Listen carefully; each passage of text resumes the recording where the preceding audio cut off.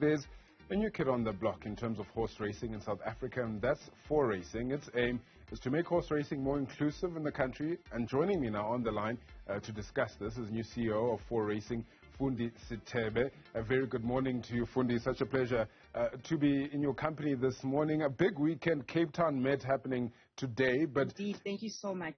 Absolutely. There's so much to talk about, though. Let's start from the fact that 4Racing took over from Phumelela Gaming just 2 months ago. How much work have you been able to do as the nation's horse racing body so far? So a number of things happened. We officially took over, like you rightly said, on the 1st of December. But in the lead up to that, we obviously had to prepare our business case and a whole host of strategic initiatives that we wanted to start off with. You'll recall that Phumelela went into business rescue around May 2020.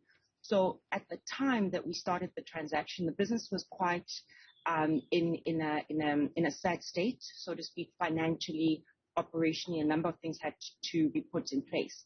But before we could get the gambling board licenses on the 1st of December, we were not allowed to have any decision making in the business. It allowed us time to just take a seat, watch, and prepare ourselves. We had a good 6 months to prepare ourselves for 1 December. And when 1 December hit, there was much excitement, obviously, because 4Racing is such a significant part of the industry in terms of market share and in terms of the number of races that we operate. So we've done amazing new things. We've launched the most recent channel 240 on Mnet. On MultiChoice, my apologies. And that's really for our horse racing enthusiasts, newbies, oldies, everybody that really wants to get into the wonderful sport of horse racing. But I think what's also important for us, Buse, is that we were very clear strategically that we needed to transform. And one of the initiatives that we are looking at and already quite far ahead is the well-being of grooms. We know that grooms are the lifeblood of racing. Grooms are really the workers that make and bring the sport of horse racing together. So one of the things that we're doing is putting a groom's trust, and that will be revealed, I guess, we'll be announcing the details of that within the next couple of months. From our side. So much that you've said there is to unpack, but let's talk about, the transformation aspect of horse racing. You think horse racing, you think glitz, you think glam, you think money, you think elite, and generally that excludes black South Africans, if we're being honest here. Talk to us a little bit more about, some of the measures that you've already put in place, the trust, and other measures that you've put in place to get more black faces as, people who are big role players in the space. Yeah, and the thing is, I think we must be very cognizant that it's not like we'll just, wave a magic wand and all will fall into place. Like you say, there's a lot of education around it, for example, around just being a punter. There's a number of different betting products that we've got. So you've got to start making people understand them and teach them. I always say that we love, as black people, we always enjoy going to the big races. We go to the July, we go like today, we've got the Met. But it's not only about the glitz, the glam, and the fashion. Yes, that's a big component of it because that's what you want it to be about. But it's also understanding the athlete, which is the horse, the athlete, which is the jockey. Because in that is then what we see in terms of the performance on the day. So what we started doing is just, I guess, having lots of conversations to the black market to ask, to seek, to see how we can start to fill the gap. Secondly, fractional ownership. I think what, they call horse racing the sport of kings, right? And you almost assume that when you own a horse, you must own 100% of the horse. I've now started ownership in 3 different horses. Perhaps at this point in time, I own just like 1/4 of the leg, but that's enough because then I start to understand the impact, the requirements, that everything that's required around horse racing. So that's one of the things that we want to do. Start bringing people into our race courses, start to expose them to elements of ownership, expose them to elements of betting, even though it's not really a pure science, but that starts to inculcate then a sport and a culture of people getting more and more involved in horse racing. It sounds like you're doing it bit by bit, and I guess that's the only way to eat an elephant, right?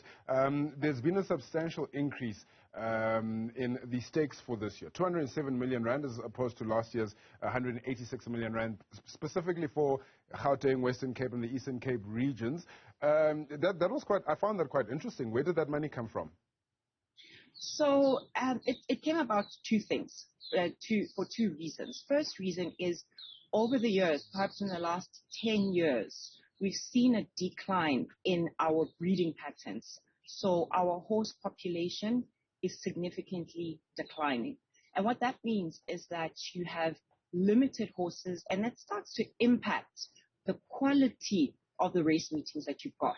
So you would see in certain occasions we didn't have enough horses for proper fields, and we'd have to scratch those meetings or scratch the races. We then took a step back and we said, given the fact that we don't have an adequate enough population to stage the races that we used to, we needed to just look at it more efficiently. So the first thing we did was reduced those racing fixtures amongst the two operators, being ourselves, 4Racing, as well as Cape Racing. And in that reduction, we were able to then reallocate the stakes. So it's not as if it was money that was necessarily poured in. It was just really re-engineering and working smarter, working better. Yeah, fresh face, of course, comes with new methods. The Cape Town Met taking place today after 2 years of it not taking place. But we've seen, of course, you've already had a couple of meetings, like the Gauteng Summer Cup that took place not so long ago as well. Let's talk about the spectators that will be allowed, 2,000. What does that do for the sport? Is it time that we look at perhaps increasing the spectatorship within stadiums and open air venues like this? 2,000 people all going to be fully vaccinated, but it's still limiting the amount of people that are allowed to walk through the gates. And the irony is those 2,000 people are outdoors, right? So you would almost anticipate, or you'd almost expect that automatically, whether it be a stadium, whether it be a race course, if we are all, or the bulk of the spectators are sitting outdoors, it's less risky. But unfortunately, we have had to abide to those regulations. We're very glad that at least, we've got spectators coming, because like you say, last year and the year before, we were racing behind closed doors, which is really quite sad, because you want the atmosphere. Punters want to see the horses parading. Punters want to see the condition of the horse before putting a bet.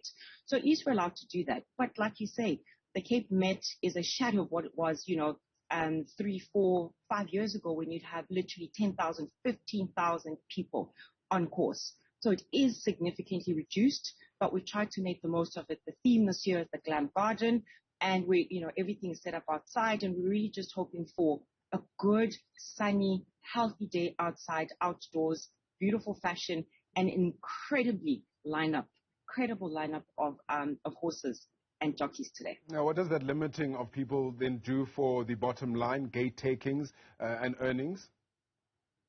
Quite significant, because we make our revenue really from what we call the tote. So that's your tap stores, but it's also the on-course betting platform.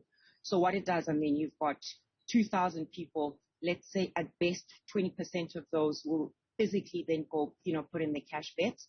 So that's a significant reduction of revenues. If we have to compare probably the last full Met under the normal sort of scenario compared to now, I'd probably estimate that it's today we might see probably even 50%, 60% decrease compared to what we had in the last full year. So it is quite significant. And it also just means that we have to be smarter in how we make sure that, we can get the revenues that we need to get in. So we're moving a lot of it online, making sure that our punters have access to our apps, to our websites, to make sure that at least if they're not on track, they're still able to put on a bet and, of course, consume horse racing and the races on Channel 240, like I mentioned earlier on Multichoice. You said that this Met's theme is the Glam Garden. How is the Kenilworth racing course looking at the moment? Is the glam and the style already coming up? And we're really looking forward to seeing everybody out there dressed in the way that I suppose would best embody that theme as well.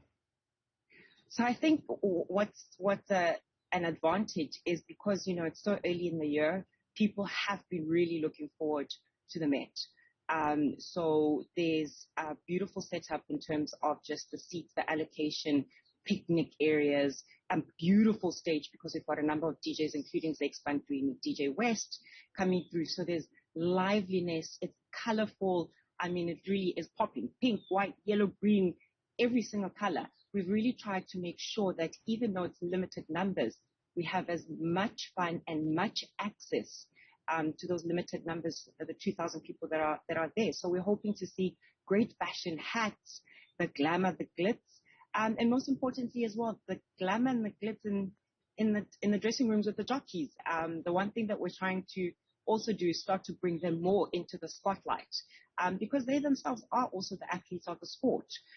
So I'm hoping we're going to see lots of color. I'm hoping the Cape Town weather stays like this. It's absolutely beautiful today, and perhaps going to be a really, really great day at the races. Oh, they say a change is good as a holiday, and Fundi Sithebe will be looking to bring that change to the world of horse racing in South Africa. Thank you so much for your time. She is the 4Racing CEO ahead of the Cape Town Met. It takes place today at the Kenilworth Race Course.